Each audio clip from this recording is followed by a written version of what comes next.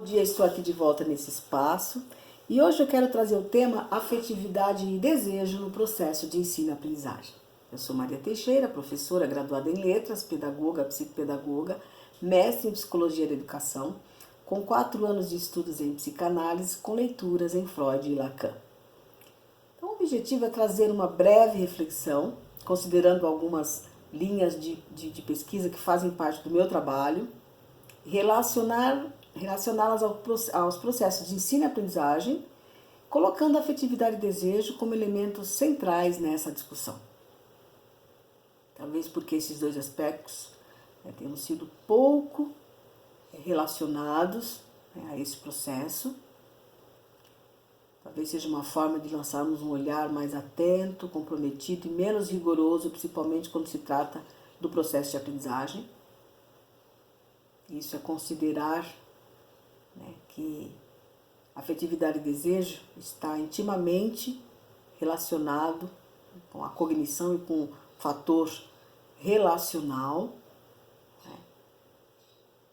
É abdicar de um ensino tradicional, de uma visão dualista de desenvolvimento humano, de achar que tudo acontece no mesmo ritmo, ao mesmo tempo para todos os sujeitos, que é exclusivamente do seu desejo consciente. Porque a aquisição da linguagem é um produto social, adquirido nessa interação. Então, essa afetividade, esse desejo que acontece de forma vincular, nessa relação entre esses sujeitos, tem implicações na efetivação desse processo. Então, é pensar que o professor ele evoca o desejo do aluno. Ele espera que ele elicie uma resposta, um comportamento de aprender. E nem sempre isso acontece. E é isso que intriga alguns pais, alguns professores. Aí vem esse porquê. Alguns alunos respondem no mesmo ritmo, nesse tempo esperado, e outros não. Porque cada sujeito é um sujeito, cada sujeito tem a sua forma de aprender, vai responder de acordo com as suas conquistas, com o que ele já superou. Então não dá para considerar que tudo aconteça de forma regular para todos os sujeitos.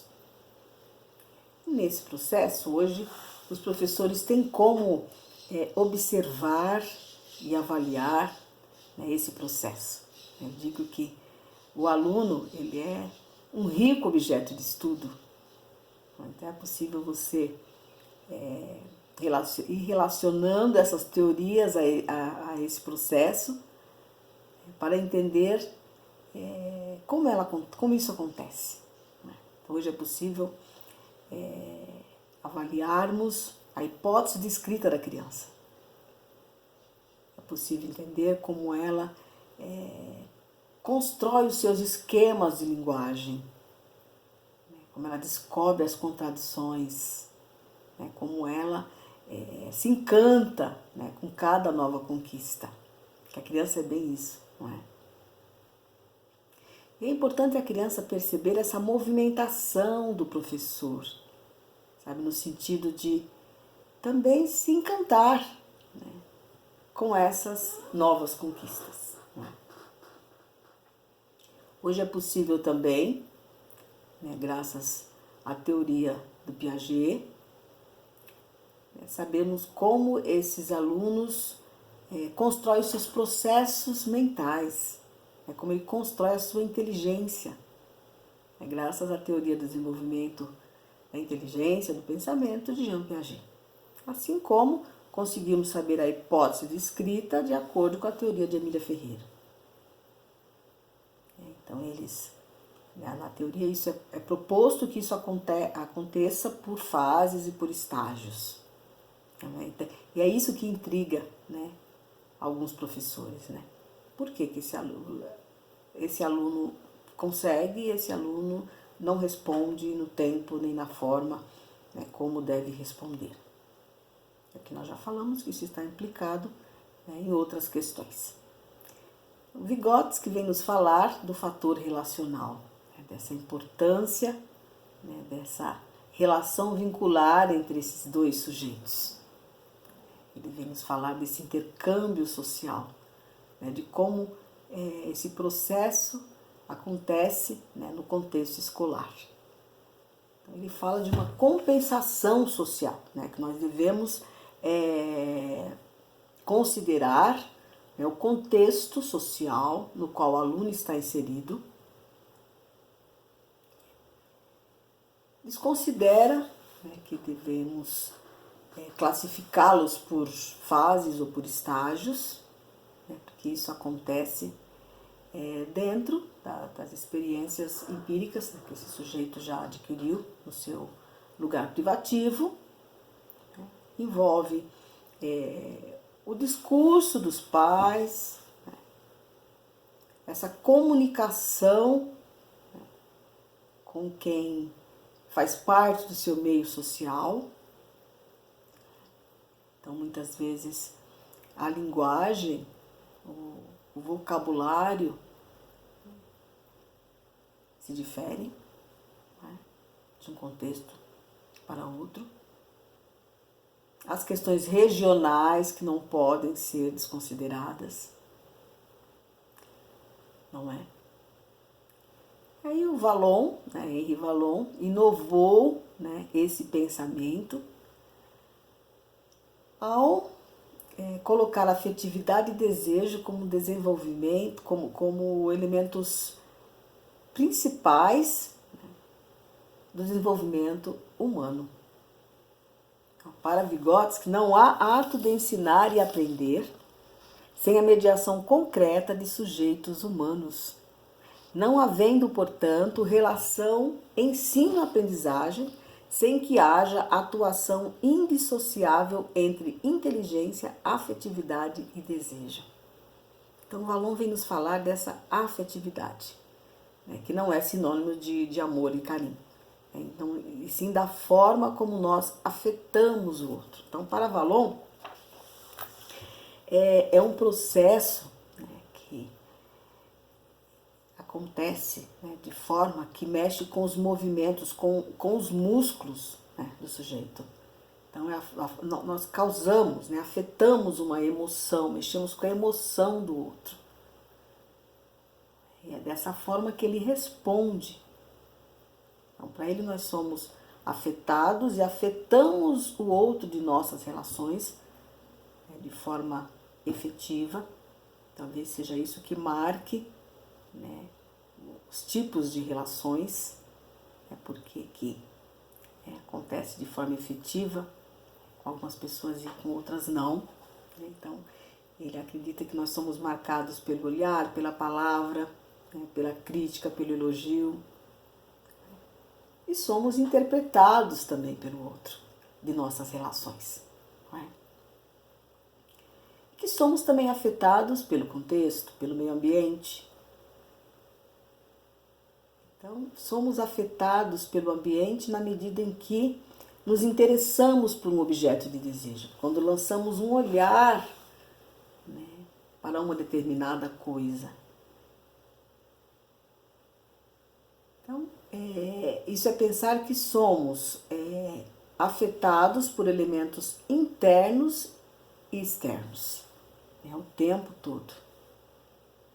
Então, é a forma como cada sujeito se constitui e vai construindo, né, a sua estrutura, né, a sua forma de responder, né, ao que querem que ele responda. Não é? E aí a psicanálise surge também para nos falar, né, da questão do desenvolvimento psíquico do sujeito. Que há aí um desenvolvimento psíquico que está implicado nesse processo, que estão implicados, né, que está implicado nesses processos. Né? A psicanálise considera, né, que devemos analisar o desenvolvimento integral do sujeito. Temos que considerar o cognitivo, emocional, mas que devemos também considerar que há uma questão subjetiva implicada nesse processo. Então, aí é pensar não só, né, em quem aprende, mas também em quem ensina, né? Porque nós imprimimos o que somos, né, a forma como fomos constituídos no que fazemos. Então, nós respondemos também desse lugar. Né? Então, a principal contribuição, né, da psicanálise está relacionada com essas forças inconscientes, né? Uma energia psíquica que é o que nos move. É que isso acontece por emoções conscientes e, sobretudo, inconscientes, né? Segundo a psicanálise, né? Que somos marcados de forma singular, né? Nessa relação vincular, né, com o outro. O que isso acontece? Até mesmo na condição pré-natal. Então, antes de nascer, né, o sujeito já é marcado de forma subjetiva, porque a psicanálise prevê que a criança é marcada pela linguagem, pela voz, pelo discurso do outro, ainda na sua condição pré-natal. Que a criança ela é falada, ela é pensada, né, ela é desejada, né, pensado coisas sobre ela, pensado um nome, né, quem vai ser esse sujeito, como vai ser esse sujeito, como queremos que esse sujeito seja. Não é? Então, tudo isso é passado, é transferido para a criança por meio dessa emoção, né, que os pais vão sendo afetados, né, nesse momento, né, desse discurso. Então, por isso que quando a criança chega ao mundo ainda desamparada, né, ela se sente acolhida e protegida pela voz da mãe, pelo discurso dos pais, porque isso já lhe é familiar. Então, quando ela é colocada, né, sobre o peito da mãe ao nascer, ela também se sente protegida, amparada, porque ela já reconhece o ritmo dos batimentos cardíacos dessa mãe. Então, isso é pensar que algumas marcas subjetivas, né, vão entrando, né, na nossa estrutura, vão entrando na estrutura do sujeito. E isso continua, né, nessa relação ambivalente, né, que vai continuar acontecendo entre esses pais, entre os pais e os filhos, onde o pai e a mãe vão traduzindo, né, os primeiros sons dessa criança, né, seus sentimentos, né, suas dores, mais tarde os seus pensamentos, suas primeiras palavras, né? E também os comportamentos vão sendo pontuados nesse processo, não é? Onde entra o pode ou não pode, não é? Onde o limite vai entrando também nessa estrutura. Então, e essa criança, como se essa criança fosse sendo preparada, né, para essa entrada no social. E como esses pais, né, são as primeiras figuras representativas, né, que exercem uma influência sobre essa criança, é importante a criança perceber a movimentação desses pais nesse processo. Ela precisa perceber que ela é autorizada a superar essas fases, né, a não permanecer naquele lugar de bebê, naquele lugar de pessoa perfeita, né. A criança é vista dessa forma, né, pelos pais, né? Quando ela é bem pequena, tudo que ela faz é lindo, é maravilhoso, é um ser perfeito. Depois ela tem que ser percebendo, né, isso tem que ser sentido passado de forma simbólica, né, que essa perfeição, né, que dentro dessa perfeição há algumas coisas, né, que não são tão perfeitas assim, né, que precisam ser pensadas, trocadas, substituídas por outras coisas. Né? E tudo isso é importante, né? Todo esse simbolismo, essa superação, é importante para a entrada da criança no social, e essa entrada no social acontece na entrada na escola, porque a escola é um lugar social. Né? E a criança vai ser marcada novamente, né, nesse social, nesse espaço social. Então a entrada na escola é um desses principais momentos, né, da principal transição dessa criança. Então é importante, né, para a escola que a criança tenha ultrapassado, né, algumas fases. Okay? Antes da criança querer aprender, né, algo, né, nesse lugar novo, nessa saída do seu lugar privativo, ela precisa já ter vencido a alienação com a mãe, né, com seus objetos de desejos, romper um pouco com esse particular, já ter adquirido alguma independência. Né? Por isso é importante ela sentir essa movimentação dos pais, né, em direção à sua autonomia. Porque ela vai adquirindo independência para as atividades escolares. Então, essa superação, né, a primeira grande desconexão que a criança precisa fazer é dessa alienação com a mãe, que é aquela que interpreta, né, que representa aquela figura, né, que interpreta as palavras, as emoções das crianças. Então, há esse vínculo afetivo, né, muito significativo, né, com essa mãe.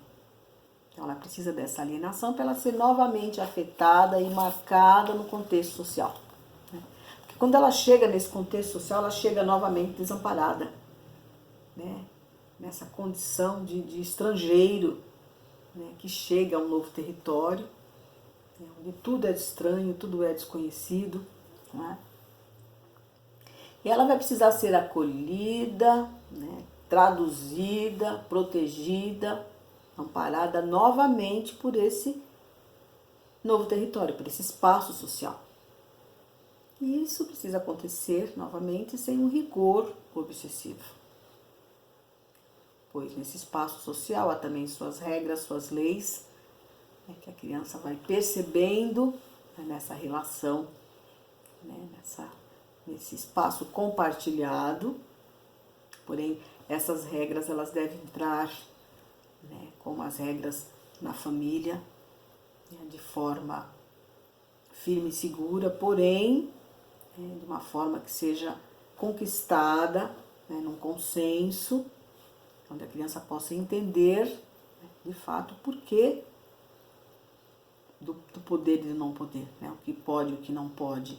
Então, isso tem que ser explicado e entendido pela criança. Então, porque muitas vezes o processo de adaptação, né, essa transição é muito difícil, né, essa passagem do privativo para o social é muito difícil para algumas crianças. Então, nós não podemos, né, mais uma vez, falar sobre isso, considerar que tudo aconteça de forma regular para todos os sujeitos. Na escola, a criança ela vai ser novamente interpretada e traduzida por outra pessoa. Tem o mundo social, vai ser apresentado essa criança pela professora. Não é? Então agora essa professora vai ocupar, né, um lugar de descobridora de desejos, de sentimentos, de insatisfações, de medo. Não é? E é trabalhar essa questão da insatisfação da criança, porque há uma insatisfação necessária também para as aprendizagens. Como há necessidade também de algumas frustrações, né, da criança. Para ela perceber que ela precisa substituir, trocar uma coisa por outra. Só que ela precisa entender o ganho nisso. Não é? Acontece a entrada na escola, vai acontecer também aí um momento, né, uma transição, né, meio, às vezes, difícil, né, porque essa criança ela vai precisar autorizar a entrada dessa professora também na sua vida. E tudo vai depender de como essa relação, né, vai ser constituída. Né? Então, na medida em que os pais percebem, né, o quanto a criança está sendo afetada por essa escola, né, encantada por essa escola, né, e eles vão perceber isso no discurso da criança, né, e é o momento em que acontece a tríade, né? Porque antes era pai, mãe, criança. Agora vai ser pai, mãe, professora, exercendo uma influência sobre essa criança, né? É por meio do discurso da criança que os pais vão perceber, vão autorizar a entrada desse terceiro na relação. Então, por isso, não podemos desconsiderar as questões subjetivas que estão implicadas nesse processo. Não é? É necessário também os pais e os professores aceitarem, né, de que não tem o domínio sobre o desejo do outro, mesmo que esse outro seja o seu filho, o seu aluno. Né? Que tudo vai acontecer, né, de acordo com as questões que estão implicadas na sua Constituição também, na forma como é a forma de responder do sujeito que vai dizer, né, sobre isso. É que muitas vezes essas manifestações na aprendizagem são alguns sintomas, está denunciando alguma coisa. Porém, não pode ser classificado, né, qualquer manifestação na aprendizagem como uma dificuldade de aprendizagem, né, porque muitas vezes é apenas uma outra forma de aprender. Porque cada um tem o seu jeito de aprender. Porque ensinar uma criança é abdicar dessa autoridade, desse rigor obsessivo, de achar que tem um domínio sobre o seu pensamento, seu desejo. Não é? É respeitar o seu desenvolvimento integral, né, as suas conquistas, o que ela já superou. Então, se não há nada de biológico que possa atrapalhar esse processo, né, é a questão de observar mesmo como cada criança aprende. Né? E o professor vai dando significados, né, agora, novos significados, às palavras da criança. Ela vai provocar o desejo da criança, né, de querer trocar uma coisa por outra. Será por meio desses estímulos, né, que a criança vai eliciar uma resposta ou outra, considerando os outros aspectos que estão envolvidos implicados nesse processo. Então, por essas questões e outras, né, que não podemos considerar, né, que esse processo acontece de forma regular, né, temos que abdicar, né, desse pensamento tradicional de que tudo acontece no mesmo ritmo, ao mesmo tempo para todos os sujeitos, e que tudo vai depender de suas superações, do que ela já aprendeu, do que ela já venceu, do que ela já simbolizou. Né? Então é nessa relação vincular mesmo entre quem ensina e quem aprende, né, que os processos de ensino e aprendizagem se efetivam. Né? Onde vamos percebendo os movimentos das crianças. E como ela vai responder, né, estabelecer, né, esse vínculo com outras pessoas. Então, nós não podemos considerar apenas os conteúdos programáticos. A criança não pode ser avaliada, classificada por ritmo, né, por idade. Senão, cairemos naquela certeza tradicional que tudo acontece de forma linear para todos os sujeitos. Não é? Então, era essa a reflexão que eu queria trazer aqui hoje. Obrigada a todos pela escuta. Eu vou só falar um pouquinho agora sobre as minhas publicações, né? Esse texto está no Recanto das Letras, eu escrevo para o Recanto das Letras, tenho alguns artigos lá publicados. Tenho 3 publicações, o livro Habilidades e Relacionamento Interpessoal, Limites, Como Lidar com os Pequenos, Coisas que Aprendi na Infância. Estão disponíveis na livraria Cultura, Martins Fontes e Amazon. O livro Limites eu tenho aqui disponível, vou mostrar para vocês. Esse é o Limites, ok? E é isso, um abraço a todos, né? Obrigada pela escuta mais uma vez e vamos, espero que possamos, né, construir relações mais efetivas, que possamos marcar o outro de forma positiva e que esse comportamento possa se propagar no meio social.